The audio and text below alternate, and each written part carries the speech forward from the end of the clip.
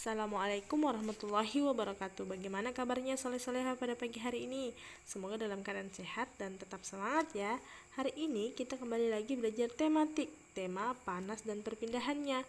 Subtema 2, perpindahan kalor di sekitar kita, pembelajaran 4.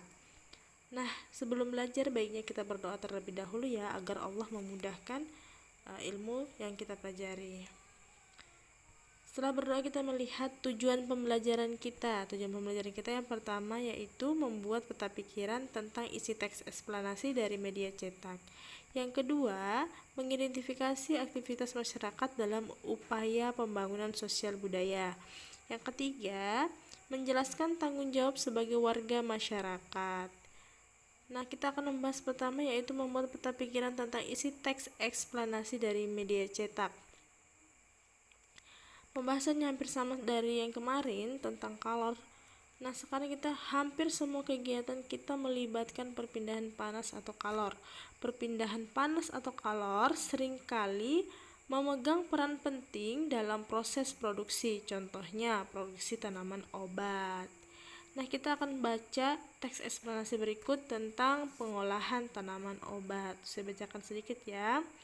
Tanaman obat disajikan dalam berbagai bentuk. Ada yang berupa tanaman segar, simplicia, teh serbuk yang dimasukkan ke kapsul, dan kapsul ekstrak. Pembuatan kapsul serbuk dan kapsul ekstrak harus memenuhi standar pembuatan obat yang baik agar higienis dan mutunya terjamin. Seiring dengan kemajuan teknologi, perkembangan pemanfaatan tanaman obat menjadi kapsul sudah semakin modern dan praktis. Ini sudah banyak ya kita temui di sekitar kita juga, bahkan kita konsumsi juga seperti ini ya. Ini adalah lanjutan dari teks tadi. Nah, kita akan lihat membuat peta pikiran. Ini adalah contoh peta pikiran yang sederhana ya. Soleh-soleha, banyak model atau jenis peta pikiran yang kalian bisa buat, bisa kembangkan. Nah, ini contohnya yang Ustazah berikan adalah contoh peta pikiran seperti ini. Nah, kalian lihat yang warna hijau ini, di tengah ini, warna biru, itu adalah judulnya, judul. Ketika kalian membuat peta pikiran, kalian buat seperti ini. Tengah ini adalah judul. Membahas tentang apakah yang akan kalian ringkas ya. Ini membuat ringkasan. Nah, membuat ringkasan, kita sebelum membuat ringkasan pertama-tama fokuskan pada judul artikel atau bacaan. Judul biasanya akan memberikan petunjuk mengenai topik yang dibahas dalam artikel.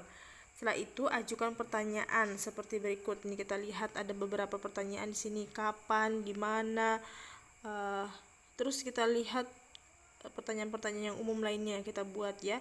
Apa yang dilakukan? Nah, misalkan contohnya seperti ini. Sudah jadi ya. Tadi itu apa yang dilakukan? Kegiatan apa yang dilakukan yang tadi itu di teks tadi itu ya. Kita lihat kegiatan yang dilakukan adalah menanam pohon. Di mana kegiatan itu dilakukan? Di mana kegiatan hari menanam pohon ini dilakukan? Kegiatan menanam pohon dilakukan di Taman Hutan Rakyat Sultan Adam, Kalimantan Selatan. Nah, itu adalah salah satu contoh bagaimana cara membuat peta pikiran. Kalian pasti sudah pernah membuat ini juga di kelas 4 ya. Nah, kita akan mengidentifikasi aktivitas masyarakat dalam pembangunan sosial budaya. Pembangunan sosial budaya adalah suatu proses perubahan sosial budaya yang dirancang untuk meningkatkan kehidupan masyarakat. Pembangunan sosial budaya dilakukan untuk melengkapi pembangunan ekonomi. Upaya yang dapat dilakukan untuk melakukan pembangunan sosial budaya yaitu melalui pendidikan, baik pendidikan formal, informal maupun non-formal. Nah, pembangunan sosial budaya berkaitan dengan perubahan kebiasaan dalam masyarakat. Misalnya, dahulu masyarakat memanfaatkan tanaman obat untuk dijadikan minuman jamu. Seiring perkembangan pengetahuan teknologi, masyarakat membuat obat yang diolah dengan teknologi modern dengan menggunakan tanaman obat. Sekarang ayo kita amati di lingkungan sekitar kita, perubahan kebiasaan aktivitas masyarakat dipengaruhi oleh penggunaan oleh pembangunan sosial budaya apa saja ya? Kita akan amati nanti ya, apa saja sih yang menjadi kebiasaan yang sudah berubah. Oke, kita lanjut ke materi selanjutnya, yaitu menjelaskan tanggung jawab sebagai warga masyarakat. Tanggung jawab artinya sikap menyadari dan siap melaksanakan tugas dan kewajiban yang dimiliki. Adapun tanggung jawab warga masyarakat antara lain sebagai berikut. Yang pertama, pahami tugas dan kewajiban masing-masing. Yang kedua, disiplin dalam melaksanakan tugas dan kewajiban masing-masing. Tidak mengulur waktu dalam melaksanakan tugas dan kewajiban. Tidak mencari alasan untuk tidak melaksanakan tugas dan kewajiban. Hormati hak orang lain. Dahulukan kepentingan bersama di atas kepentingan diri sendiri. Nah, ini perlu kita tanamkan di diri kita, tanggung jawab sebagai warga masyarakat. Kita adalah masyarakat ya, semua kita adalah masyarakat. Jadi kita harus pahami tanggung jawab kita. Misalkan tugas ya, tugas itu tidak usah diulur-ulur waktu ketika kita bisa mengerjakan cepat. Kenapa kita harus mengulur-ulur waktu ya? Nah, kita juga harus menghormati hak orang lain dan dahulukan kepentingan bersama di atas kepentingan diri kita sendiri. Seperti itu ya. Mungkin itu materi hari ini. Jika ada yang tidak jelas, tanyakan sama Ustazah ya.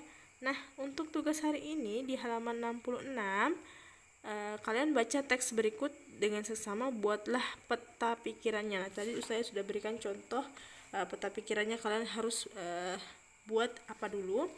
Buat membahas tentang apa sih ini teks ini. Kemudian kalian buatkan pertanyaan sederhana, di mana, apa yang dilakukan. Nah, seperti itu, atau menggunakan gagasan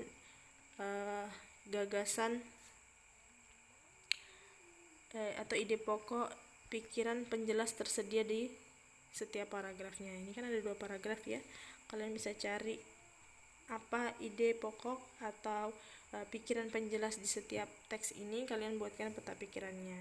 Oke, semangat untuk setiap aktivitasnya. Semoga Allah memberikan ridho untuk kita semua. Wassalamualaikum warahmatullahi wabarakatuh.